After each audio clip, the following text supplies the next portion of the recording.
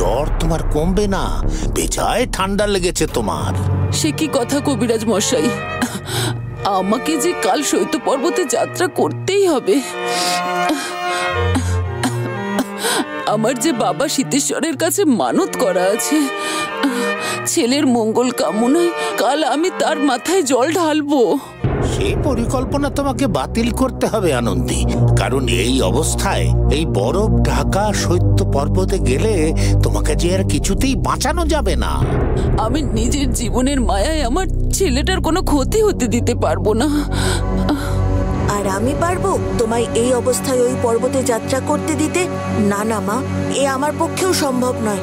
তোমার কোথাও যাওয়া হবে না। এতটা অবুঝ হোস না ভোলা। বাবা সিদ্ধেশ্বর খুব রাগী ঠাকুর।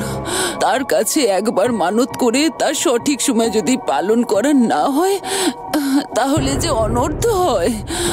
তোকে আমি বলছি বাবা, আমাকে আর বাধা দিস না। বাধা তোমাকে ভোলা না দিলেও আমি অবশ্যই দেব আনন্দী। তুমি এই শরীর নিয়ে ওখানে কিছুতেই যেতে পারবে না। তুমি কেন বুঝতে পারছো না? এতে তোমার মৃত্যু পর্যন্ত হতে পারে। কবিরাজ মশাই, বাচ্চা মরা সবই তো আমার ভোলানাথের হাতে। উনি যদি চান আমার জীবন নিতে নেবেন, আমি আপনি এতে আর কি করতে পারি? তিনিও তোমাকে এই যাত্রার জন্য কিছুতেই অনুমতি দিতে পারেন না। আচ্ছা, তোমার জায়গায় যদি আমি গিয়ে তোমার এই মানত পূরণ করি, তাহলে হবে না?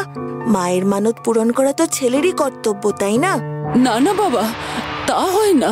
বাবা সিদ্ধেশ্বরের কাছে যে মানত করে তাকেই যেতে হয়। না না, এ কথা আমি তোমার মানতে পারলাম না। আচ্ছা বেশ, বাবা সিদ্ধেশ্বর তো আমার ভোলানাথেরই আর এক রূপ। তাহলে আমি না হয় ভোলানাথকেই জিজ্ঞাসা করে দেখি। তিনি যদি আমাকে অনুমতি দেন, তাহলে কিন্তু তুমি আমাকে আর বাধা দিতে পারবে না মা।